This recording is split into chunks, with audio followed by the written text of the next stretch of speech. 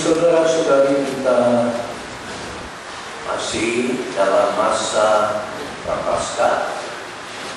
Dan dalam masa Prapaskah ini, saudara-saudari, tentu sekali gereja terus ingin mendorong kita supaya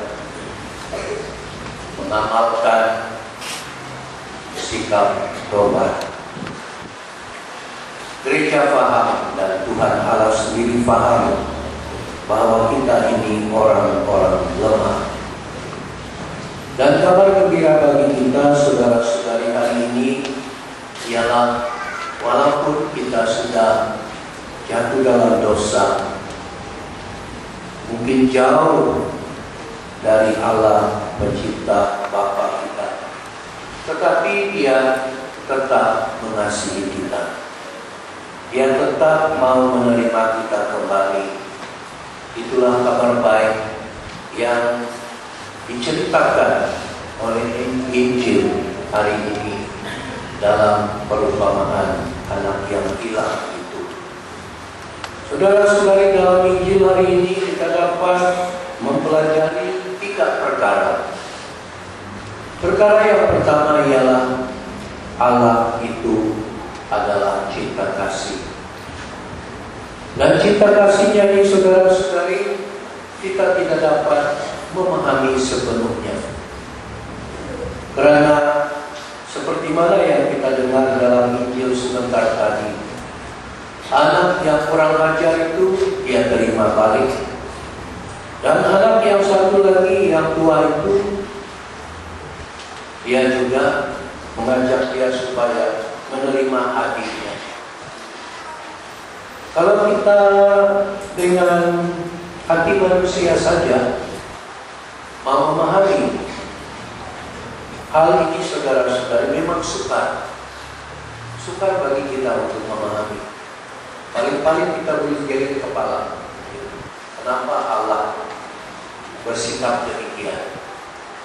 Tapi syukurlah, saudara-saudari, karena belas kasihannya itu senantiasa tidak berubah, dulu, sekarang, dan selama-lamanya. Itulah Allah. Dan bagi kita juga, saudara-saudari, orang-orang berdosa, mungkin juga kita pernah mengalami seperti yang dialami oleh anak yang hilang itu. Karena memang, saudara-saudari, berbuat dosa ini adalah seronok sampai masanya dosa itu tidak menyeronokkan lagi.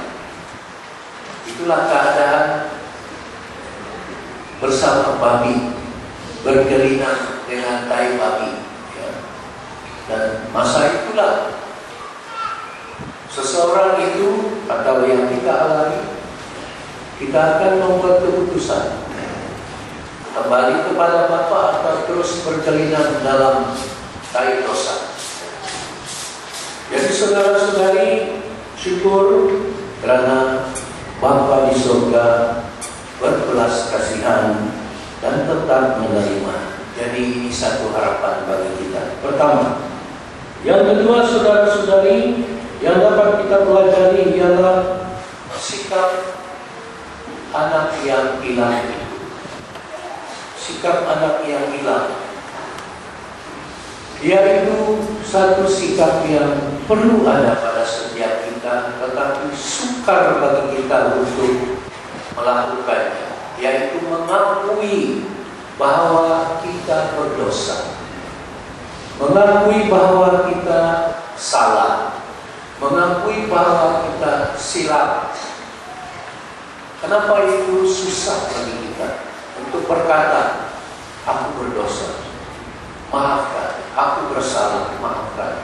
Kenapa itu berat bagi kita untuk mengatakan?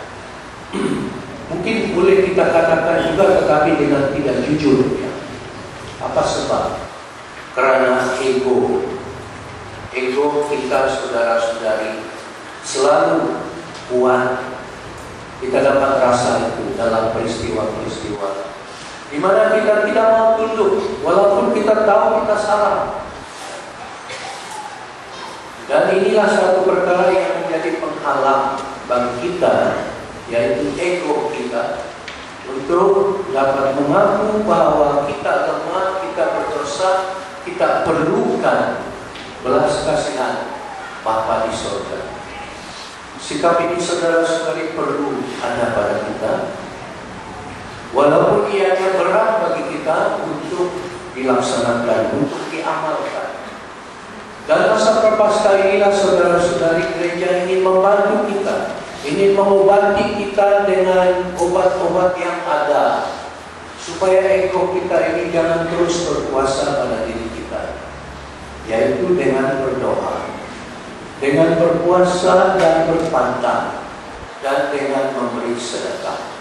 3 perkara ini saudara-saudari bukan amalan-amalan biasa.